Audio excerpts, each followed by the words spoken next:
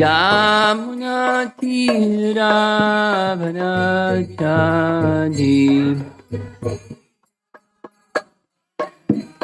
Yamunatiravanachadi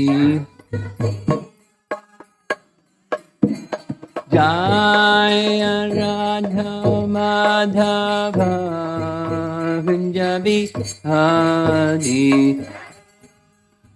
Madhava Kunjabi Hadi Jaya Radha Madhava Kunjabi Hadi Madhava Kunjabi Jaya Vishnupad Paramahamsa Parivajagacharya Astatarasatasi Srimad His Divine Grace Sri Bhaktivedanta Swami Shri Prabhupada Ki Grantaraj Srimad Bhagavatam Ki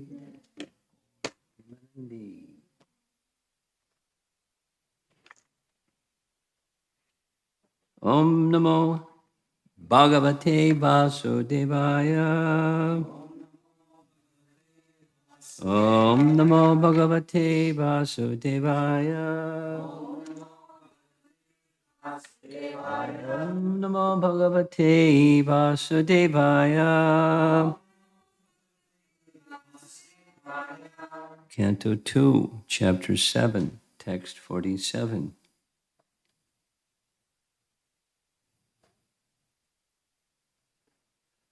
Shvasvat prasantam abhayam pratibodhamatram.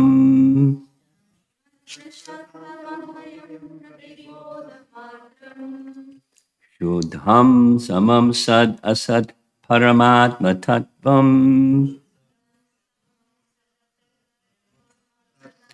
Shabdo nayatra purukara kavan kriyartho.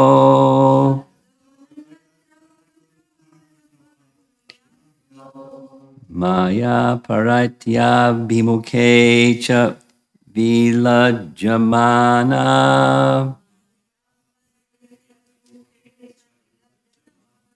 There's probably a better meter than this.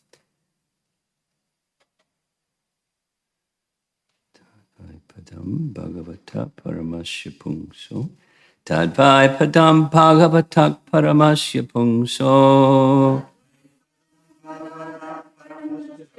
Rameti Advidhur Ajasra Sukham Vishokam.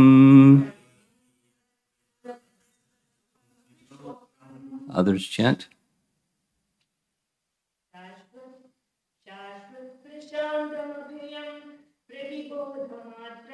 Shashvat Prashantam Abhayam Apratibodham Matram.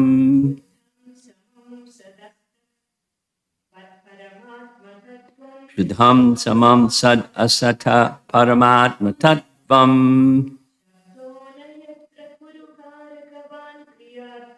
Shabdho Niyatra Purukara Kavan Kriyarto.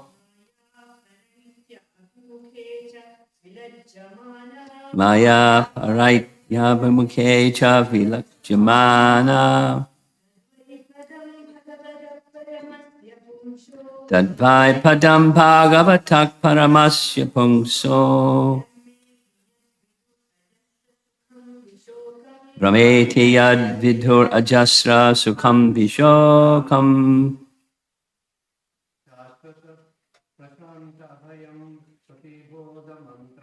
Shashvat Prashantam Abhayam Apipatibodhamatram. Jidham Samam Sam Paramatma Tattvam.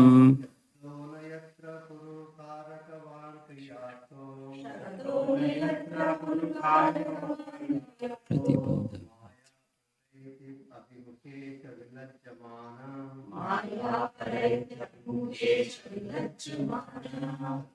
Padam Bhagavata Paramasya Pumso.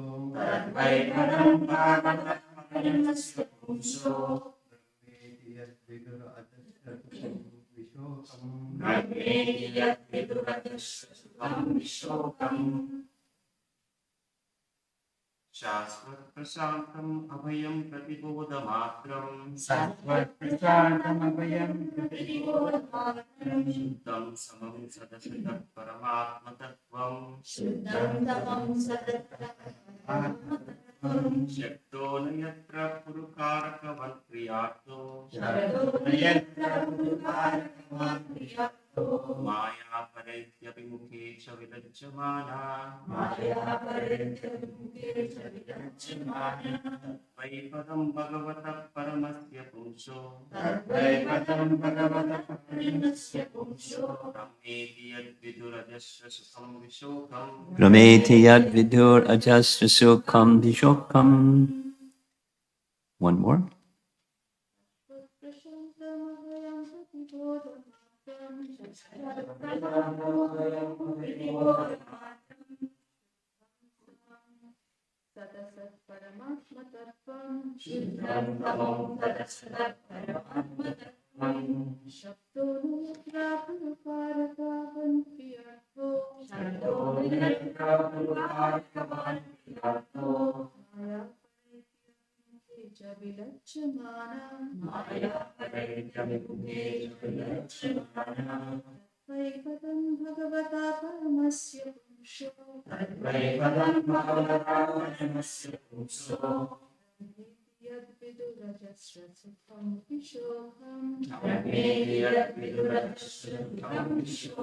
Shashvat, eternal.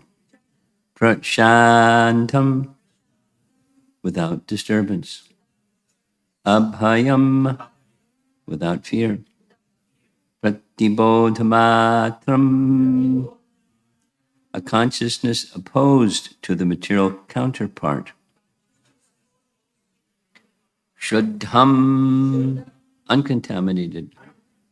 Samam, without distinction. Sat asataha, of the cause and effect. Paramatma tattvam, the principle of primeval cause. Shabdaha, speculative sound. Na, not.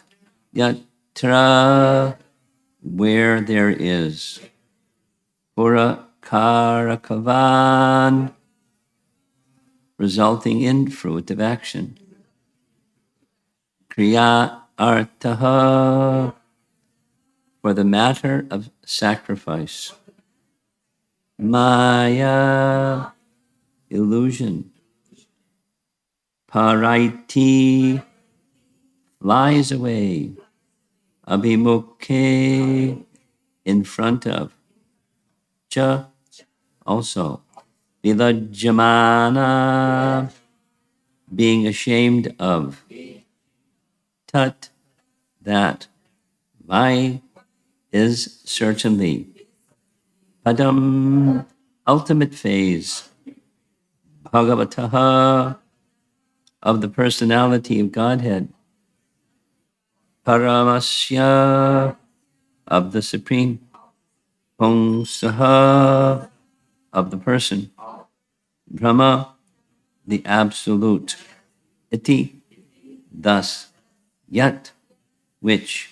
Vidduho, known as. Ajasra, unlimited. Sukham, happiness. Vishokam, without grief.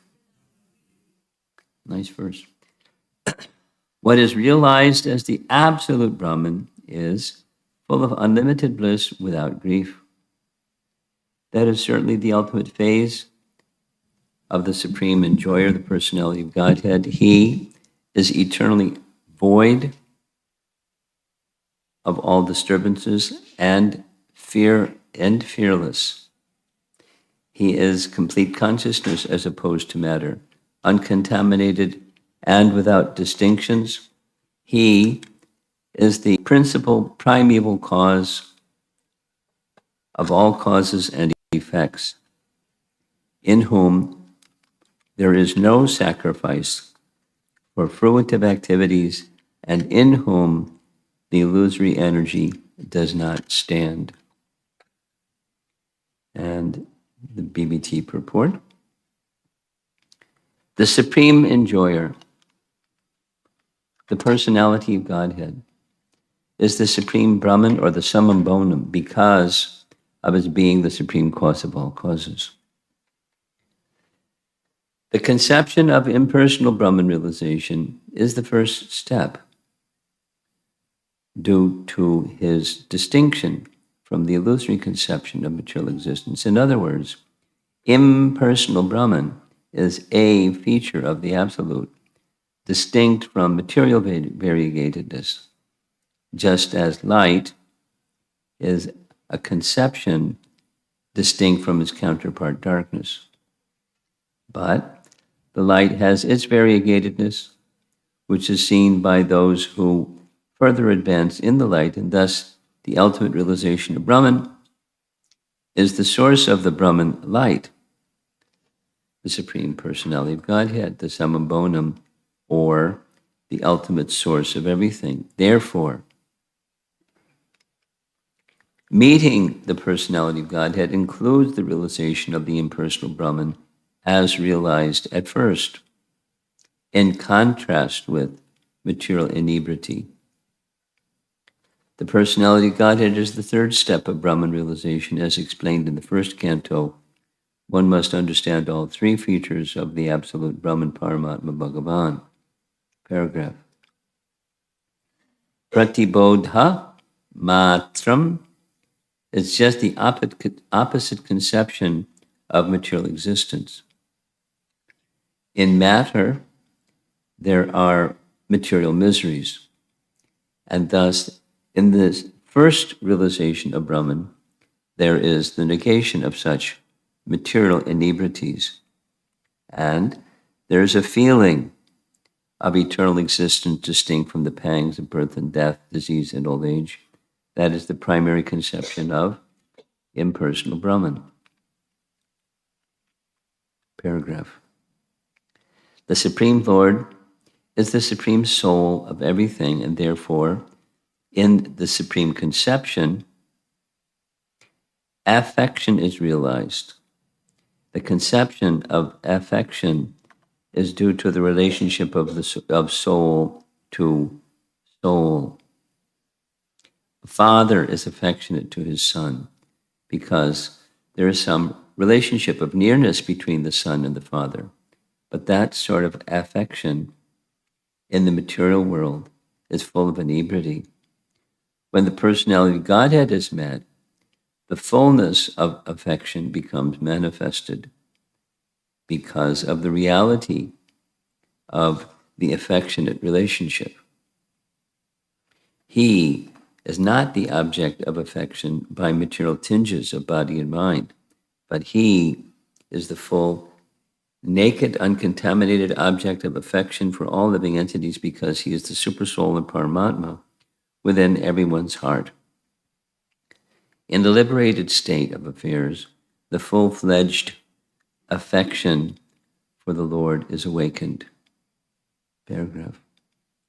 As such, there is an unlimited flow of everlasting happiness without the fear of its being broken, as we have experienced here in the material world. The relationship with the Lord is never broken, semicolon. Thus, there is no grief and no fear. Such happiness is inexplicable by words, and there can be no attempt to generate such happiness by fruitive activities, by arrangements and sacrifices. But we must also know that happiness, unbroken happiness exchanged with the Supreme Person, the Personality of Godhead, as described in this verse, transcends the impersonal conception of the Upanishads.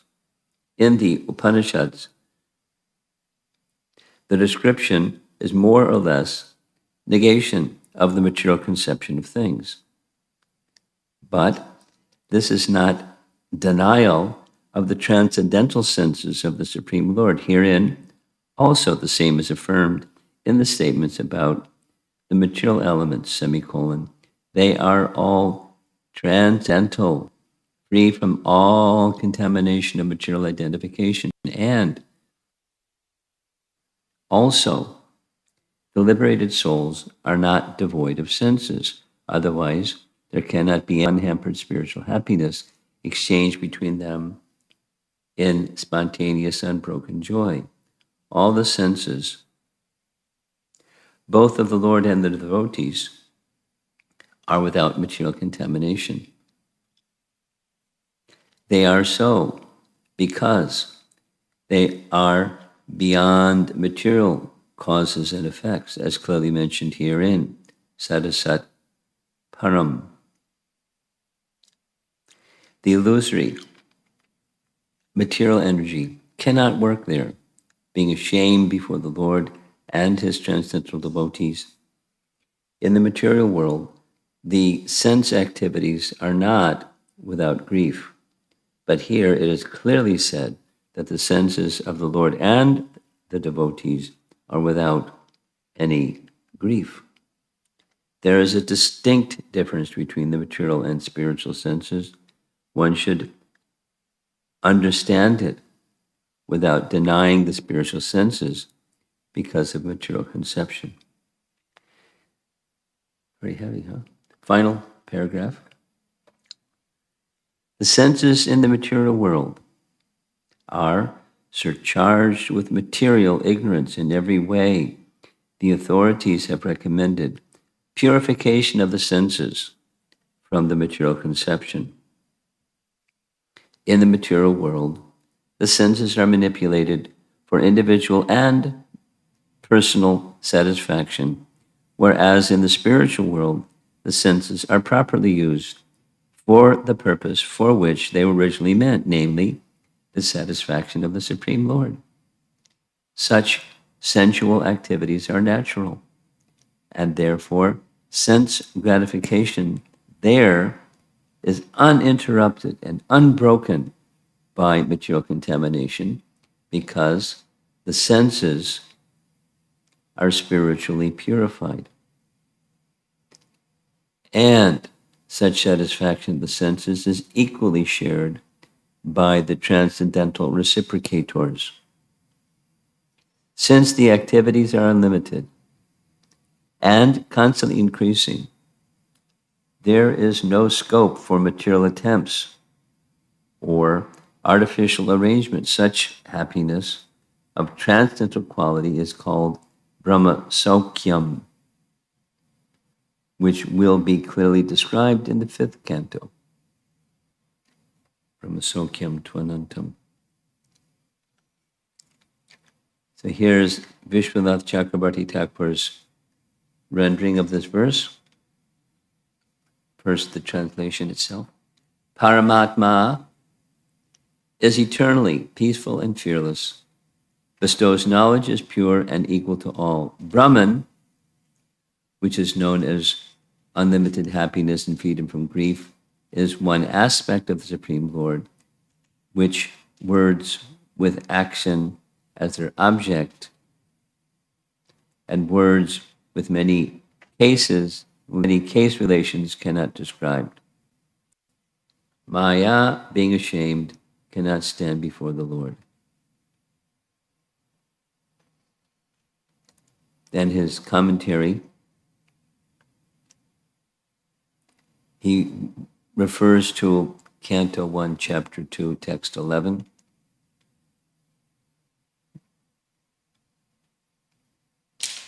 The Brahmeti Paramatmeti Bhagavan iti Shabhyate verse. The Lord is revealed in 3 forms according to the person's qualification as mentioned in the statement Brahmeti Paramatmeti Bhagavan iti Shabhyate.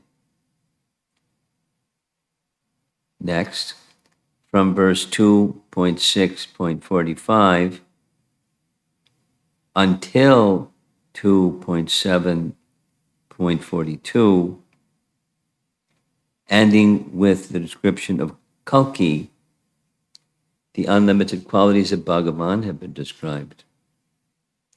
The worshippers of Bhagavan have been described from verses 2.6 point 42 through 46. Is it necessary then to speak about Paramatma and Brahman now? Unquote. This verse answers.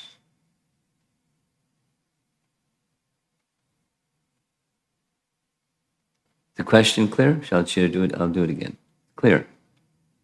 Okay. I'll say it again anyways. There's three faces of the Absolute Truth, Brahman, Paramatma, Bhagavan. So here's the person who wants to know. That's been already established. And going from verse 2.6.45 until a few verses ago, qualities of Bhagavan have been described. The worshippers of Bhagavan come next. Is it necessary to go back and speak about Paramatma and Brahman now? Because you already covered the Bhagavan feature. Why are you going back? Talk about Paramatma and Brahman. This verse answers. Paramatma in all the jivas from high to low, sadasat, from Lord Brahma to the plants, has an impartial disposition. Samam. He was always extremely peaceful. Shashvat prasantam. This word, having the same meaning as sama, is used to describe his control of sattvaguna in the following.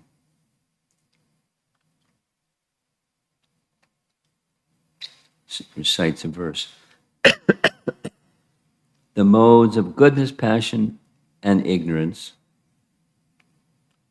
whose individual natures are peaceful, violent, and foolish, are personally regulated by Vishnu, Brahma, and Lord Shiva, respectively.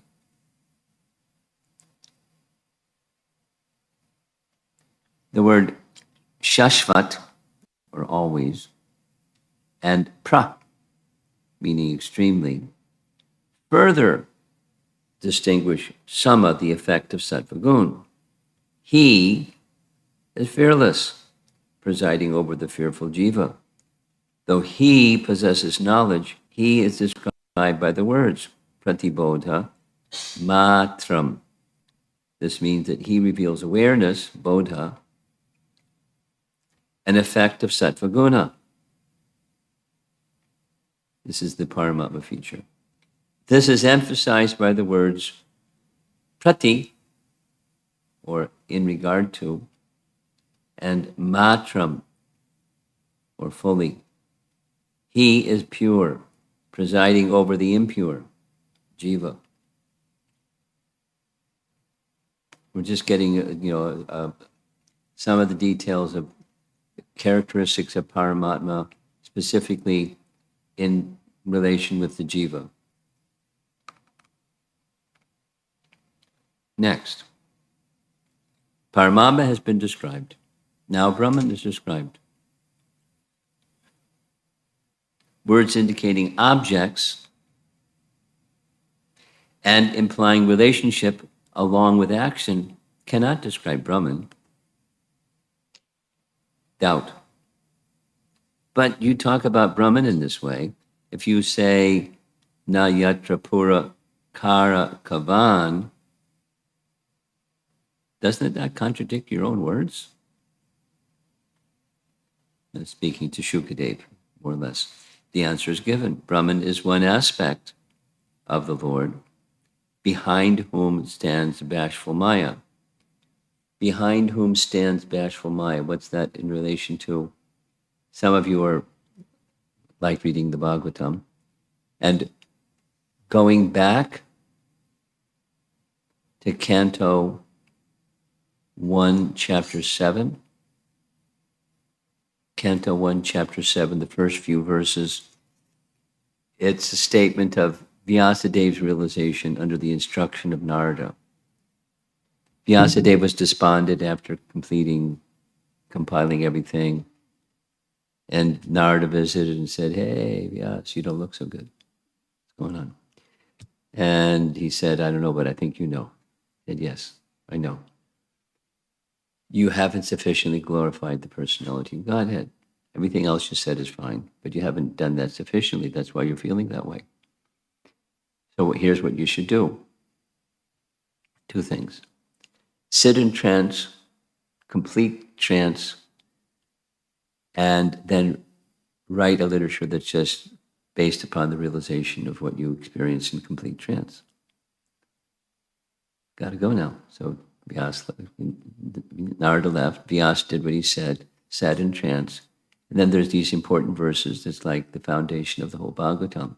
And the first of those verses is this one.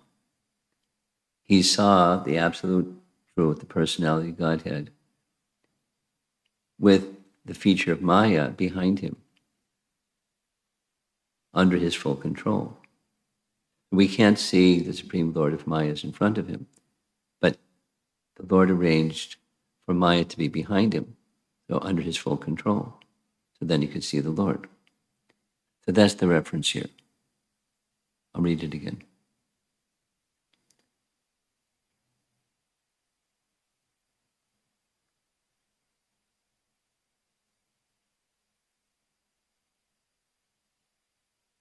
Brahman is one aspect of the Lord, behind whom stands bashful Maya.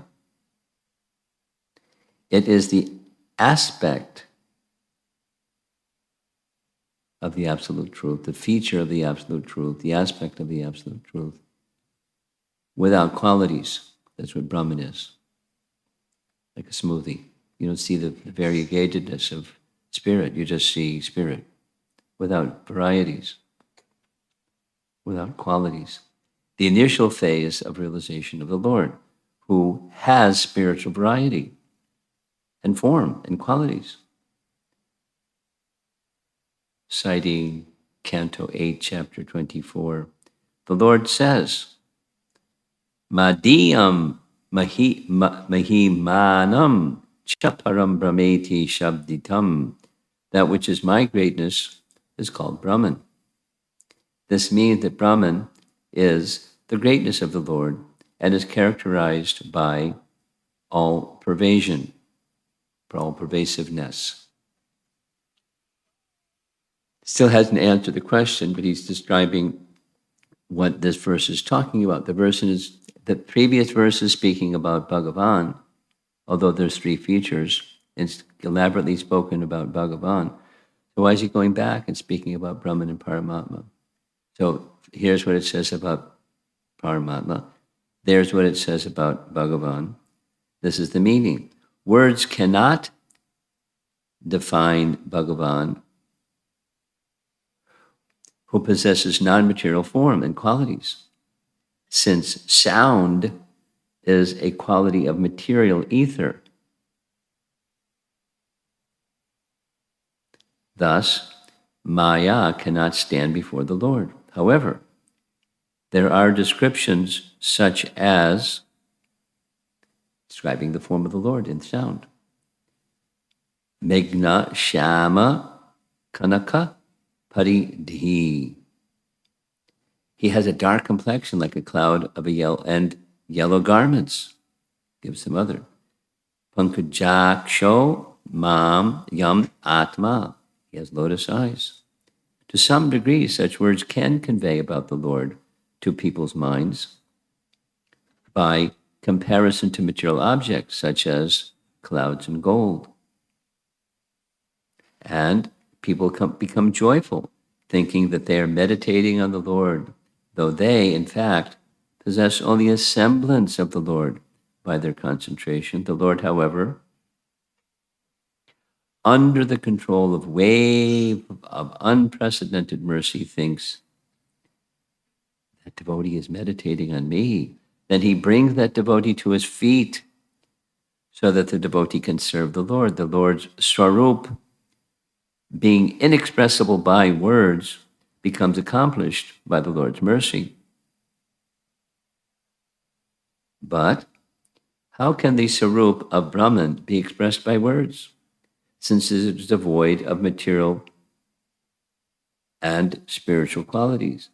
That is the meaning of Shabdo Na Yatra, because Brahman lacks quality and classification, and hence lacks meaningful use of words to correspond to the object, namely Brahman. Words indicating actions and relationships cannot describe it. Thus, the word Brahman is used simply to denote that object. Though Brahman is beyond words, it is the formless aspect of Bhagavan who can be described. Since it can be expressed in relation to the Lord for common understanding, even Brahman becomes expressible through words. This will be explained Canto 10, Chapter 87. What's Canto 10, Chapter 87? It's the same topic as being covered here. Canto 10, Chapter 87 comes near the very end of Canto 10. And at the end of Canto 10, Shukadeva Goswami hears Maharaj Parikshit say, fantastic, I'm ready. Let that mystical snake bird or whatever it is come. My mind is now completely fixed upon the personality of Godhead. But I have a doubt. What's that? How did I get here? Because you've been using your tongue, which is material, and I've been using my ear, which is material, and I got to a spiritual place. How'd that happen? And it's a really long chapter, highly philosophical, makes your head spin, so philosophical, you're dizzy. And the essence is everything has its source in Krishna. The ear has its source in Krishna. The tongue has its source in Krishna. You connect those things with Krishna and they take on spiritual quality, or their spiritual quality is restored by connecting them to Krishna through bhakti. So back to this little discussion. The Brahman, which has no qualities, that's a feature of the Absolute, has no qualities, no characteristics, can't be described by words, nirvachaniya and all those things. But here we are with examples describing what was in the previous section, Bhagavan. So what's the relation between Brahman and Bhagavan? That's what's being described in this verse for this morning. I'll read it again. Though Brahman is beyond words, it is the formless aspect of Bhagavan who can be described, since it can be expressed in relation to the Lord for common Brahman, which is beyond words to describe. It can be expressed in relation to the Lord for common understanding. Even Brahman becomes expressible through words. This will be explained in Srimad Bhagavatam 1087, Prayers Personified Vedas 1087. From realization of this Brahman, one attains unrestricted happiness and dissipation of grief, Vishokam. How much more can the form of Bhagavan give happiness and dissipation of grief, exclamation point, at the end of the purport, or Vishwanath's commentary. So Prabhupada made it much more simple for his audience. And Vishwanath has got a different audience.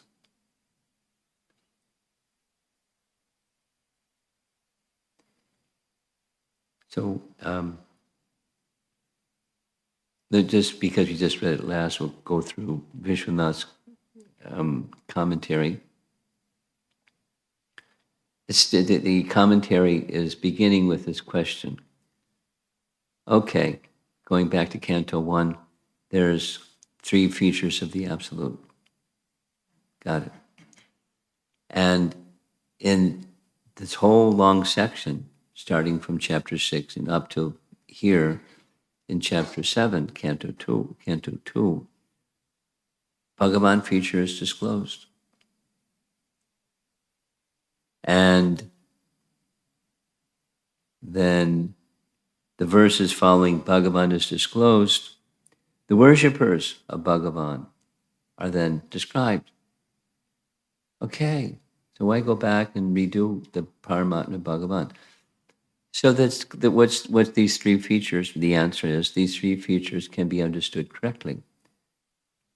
The emphasis, the point of emphasis for Vyas, write a literature that's describing what you see in trance. And that's the personality of Godhead. Glorify the personality of Godhead. So glorification of the personality of Godhead. So why go back and talk about Paramatma and Bhagavan? Because they're preliminary, they're Vedic, and they can be understood, they can be described in words and to a degree understood in relation to Bhagavan. Say it reverse. One will not have a proper and complete understanding of either Brahman or Paramatma without an understanding of Bhagavan. Say it positive.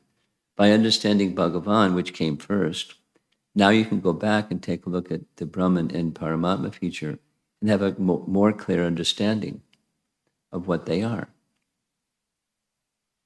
So here's the features. This verse is speaking this feature, Paramatma, and then there's this other feature of Brahman.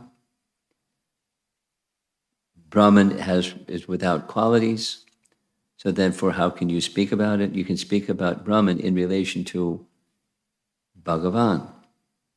Words can describe Brahman in relation to Bhagavan. And it can be described in relation to the material energy that's devoid of material qualities.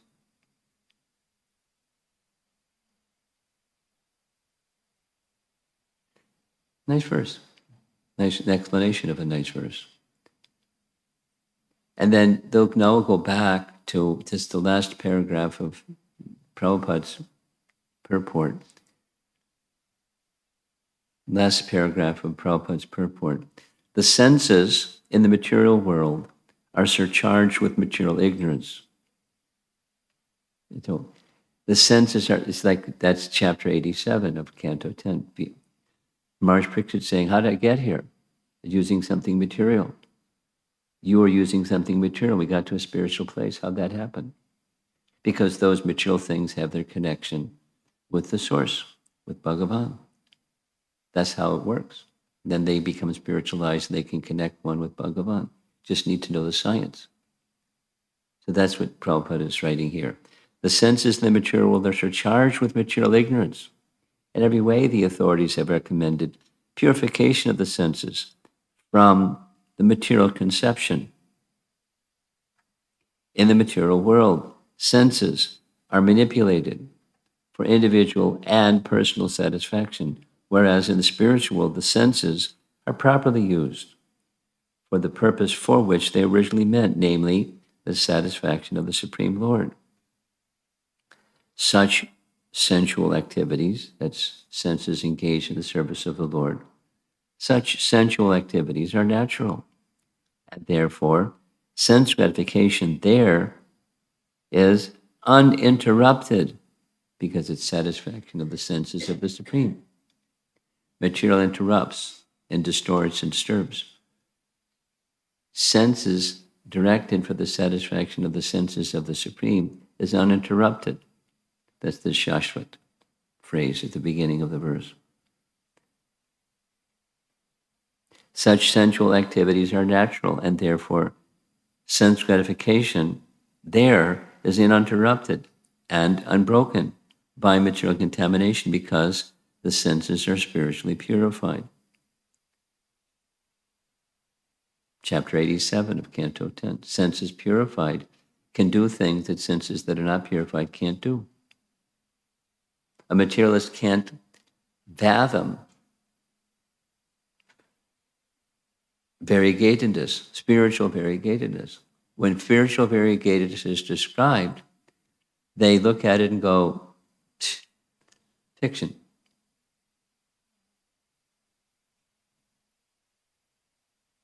common. Doubting people and, speculators. And so then it becomes this means that. There's so many things start to happen when the mood of bhakti, Rishikena Rishikesha Sevanam, is missing. And when it's present, it takes a while to make it present, fully present. And then it's like, wonderful. How wonderful is my Krishna? Let me count the ways. And there's no limit. So, and such satisfaction of the senses is equally shared by the transcendental reciprocators. That means devotee to devotee with Krishna at the center. Going back to Queen Kunti's prayers, how to spiritualize relationships. She makes this prayer to Krishna, please remove my affection for the Pandavas and the Vrishnis, her children, her family, and the family in which she was born. Please remove the material portion of my affinity for both. That means purified senses, purified conception. It would leave the spiritual. She's not trashing her sons and her family that are in Dwarka.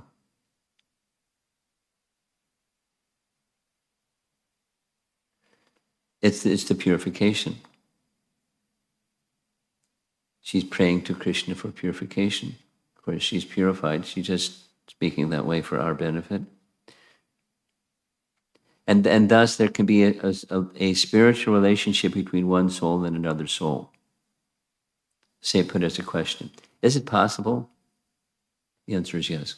Is it possible to have a spiritual relationship between one soul and another soul when both souls are embodied? Is it possible? When Krishna is at the center, then that's how you have a spiritual relationship. Say it negatively. Without Krishna at the center, you're not going to have a spiritual relationship. What are you going to have? Distorted one. And that's the world in which we live. It's filled with distortions. And people have problems getting along, even when they like each other. It's not a spiritual relationship. Why? Krishna is not at the center. Since activities are unlimited, this is spiritual activities.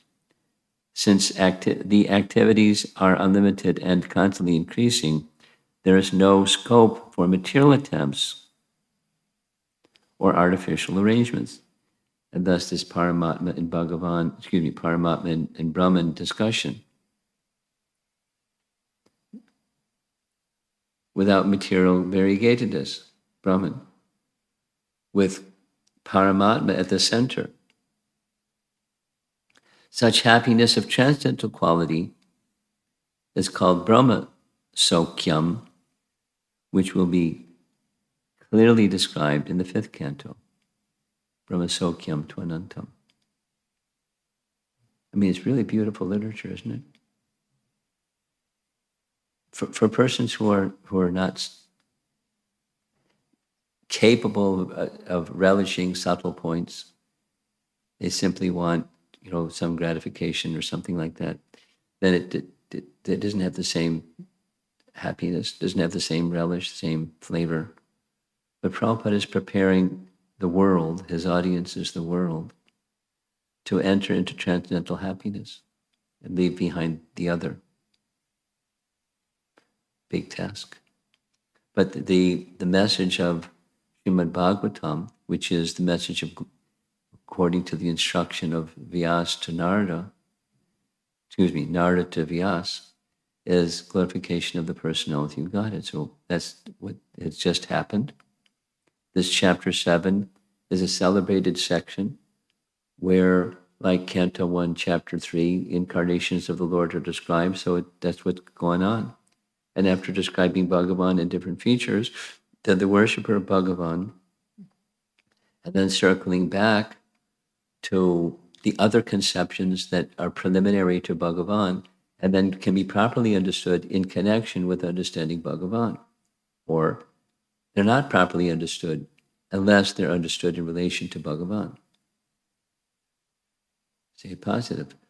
When the relationship with Bhagavan is made clear, then the others can be more clear. And they have their part to play in transcendental life. But then we can properly understand what is Brahman, what is Paramatma, in relation to understanding Bhagavan. So the Bhagavatam is the horse that pulls the cart. Just focus on Bhagavan.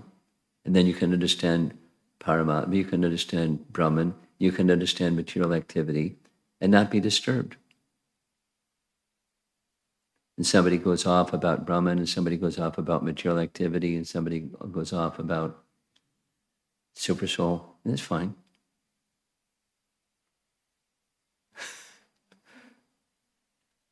It's really wonderful literature. Very powerful. You know, received from the right source and received in the right mood. Very powerful literature. Let's see if there's some discussion. 20 after 8. Portable microphone?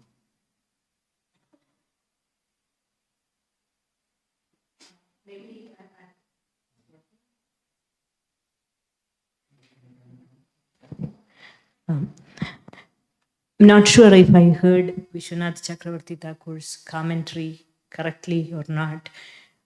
These words actually, Shashwat Prasantam Abhayam, Shuddham Samam, these are qualities attributed to Paramatma according to Vishwanath Chakravarti. Yes. So I was wondering, these qualities should also be there in Krishna. Of course. So he was... Why is he saying Paramatma? Yeah. Because it's in the verse. Paramatma Tattvam.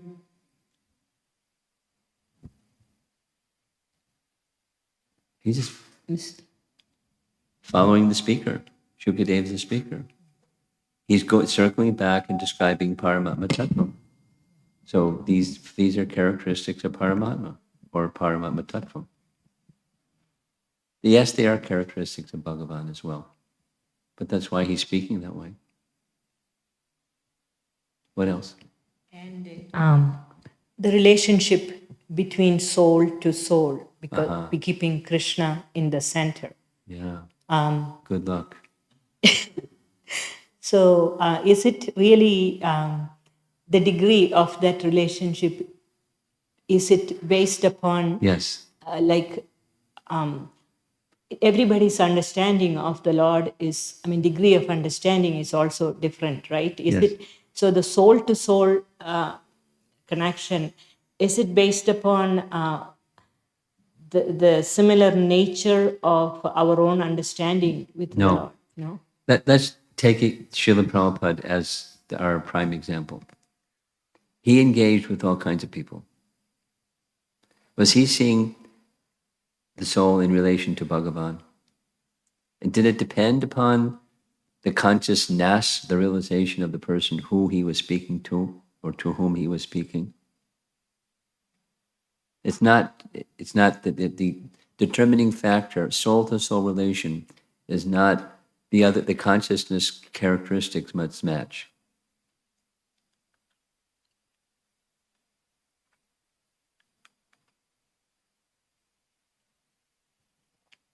And then depending upon the other soul's consciousness, then there's back and forth exchange. I'm thinking now Jed Bharat in his discussion with Rahugana. He was on the transcendental plane, and he spoke to Rahugana in a whole variety of ways, and he lifted him up. So it's not dependent upon a matching corresponding consciousness to have a soul-to-soul relationship.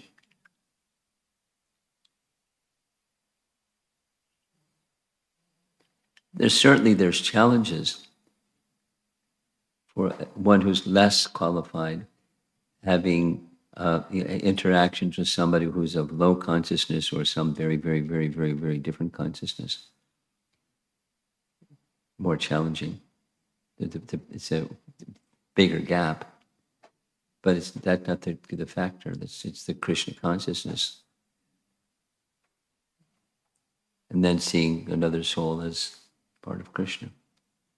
And helping bring happiness in relation to Krishna to that other soul in service.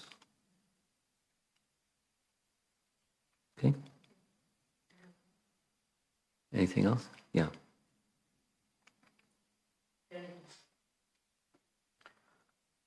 Maharaj, I'm struggling on identity crisis myself. Okay. In spite of being in the devotees association, sometimes, all the times, even though it is some Siddhir Haritoshanam, I'll try to satisfy my senses, thinking that it is me.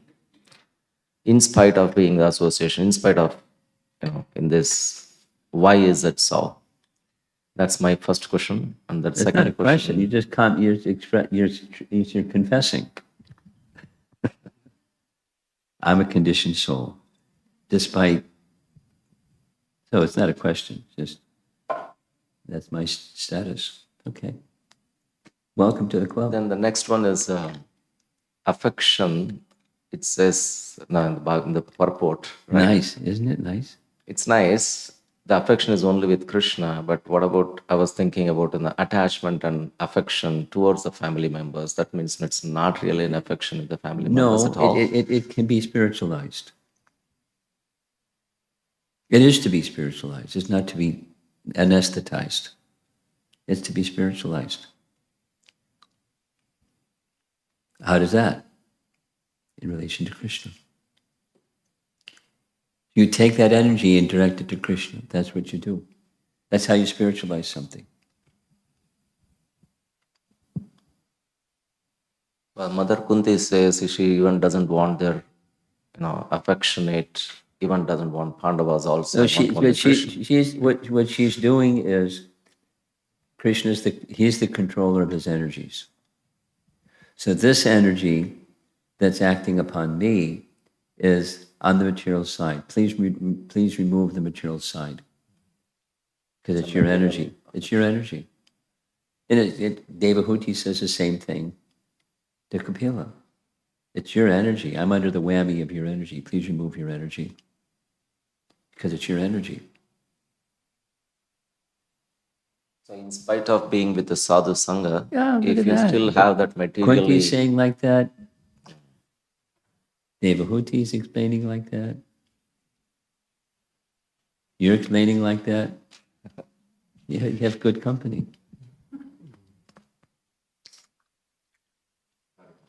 It's part of, redirecting an energy flow towards Krishna.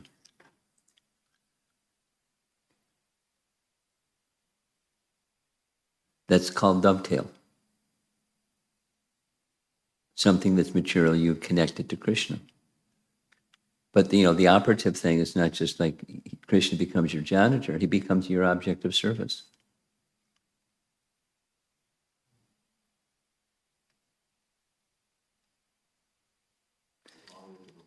Huh?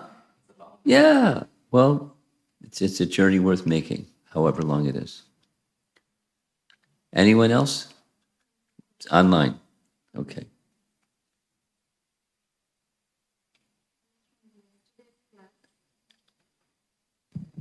From Sachisuta Prabhu, my question is, where is the bodily concept and importance of birth emphasized in the Vedas that the Smarta Brahmanas are holding to till today?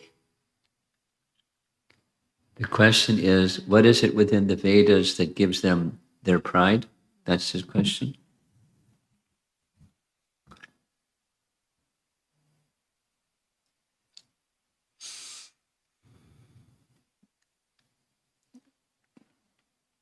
The general principle where this pride is coming from obviously has to do with the bodily conception. Pride arises from a bodily conception and being proud of one's body. So Brahmanas are honored And if I have a bodily conception, it's first step. 2, I'm born in a Brahmin family. Second step, I'm proud because I'm to be honored. I'm honorable. It has to do with the bodily conception. But those who are qualified brahmanas, not just born, but qualified, they're to be regarded with Krishna himself has great appreciation and affection for brahmanas. And he demonstrated it again and again and again. It's core part of Vedic culture. Brahmanas are to be honored. And I have a bodily conception. I was born in a Brahmin family, and so I'm proud. Anything else?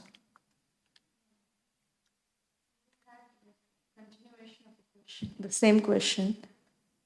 If it is coming from the Vedas, why is it coming from the Vedas, where the author Vyasadeva is literary incarnation himself and compassionate to the people in Kali Yuga? The principles of elevation are within the Vedas. And if somebody reads the Vedas with a bodily conception, they're going to get it wrong. There's nothing wrong with what Vyas wrote. Anything else in the room? You have something. It's a little technical one. It's what? Technical. Technical. So the sound, the Vedic sound, when it is taking to the understanding of Brahman, so there must be a tinge of bhakti. Otherwise, Must be a what? Tinge of bhakti. That sound itself, without the tinge of bhakti, would that still give the conception of, understanding of Brahman? Would that give a conception of Brahman without a tinge of Tinge of bhakti? bhakti, yeah. It's certainly a technical question. I could answer the technical question by saying, supposing it was this way or that way, how's that going to help you advance in Krishna consciousness? But there's certainly the whole of the Vedic sound, is from Bhagavan. We know that the Vedic, the source of the Vedas is Dharmam hi sakshat bhagavat pranitam. So it already has some connection with Bhagavan. And so there's some tinge, as you can say, as you said, because there is this connection with Bhagavan. Now, how much am I realizing that depends a lot, if not entirely, on my regard for Bhagavan. Supposing I don't have regard, supposing I'm a competitor, the sound vibration is still going to have some impact, but it's not going to be the full impact because of my regard for Bhagavan. I'm a competitor, or at least I want to be equal. You have another technical follow-up, okay? So,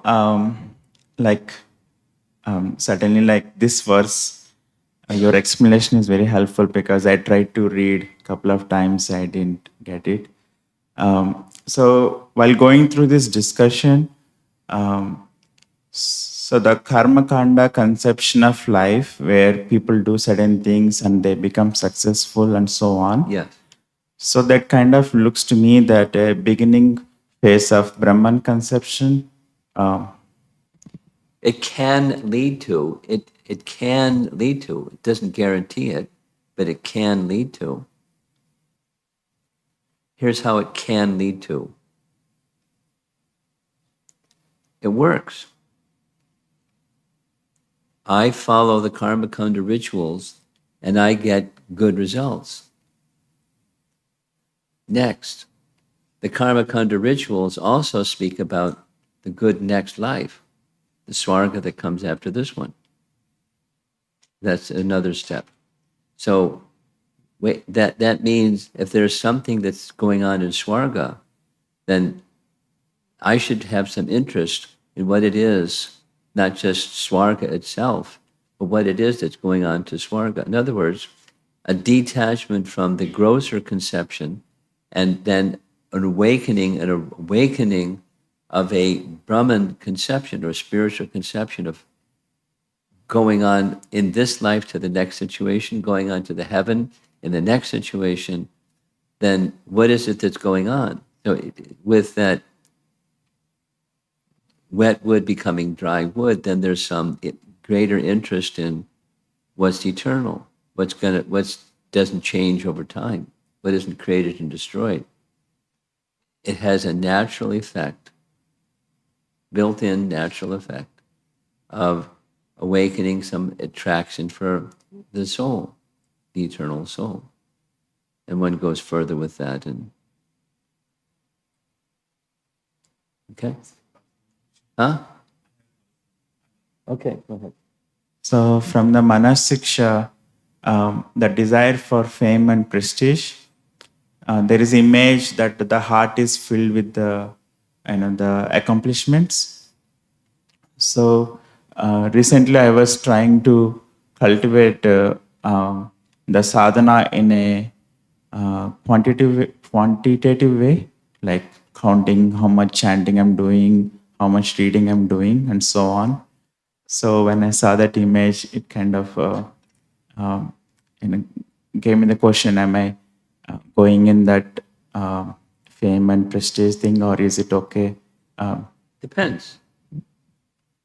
Depends on how you're processing that. Well, what's the purpose behind it? Is it impressing others? Is it feeling better about yourself? Or is it trying to make the connection with Krishna stronger? Depends.